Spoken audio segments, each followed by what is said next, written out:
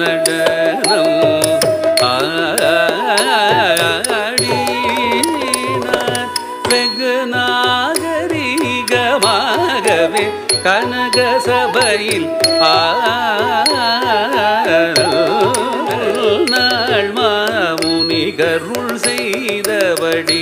தவறாமல் தில்லையில் பதியில் வந்து தை மாதத்தில் குரு பூசத்தில் பகல் நேரத்தில் வடகையிலையில் முன்னாள் மாமுனி கருள் செய்தபடி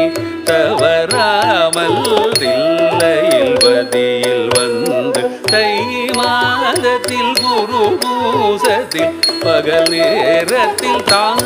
தகிட தகஜம் தகணம் தரிகும் தரி தீம் திமி ததனம் ததனம்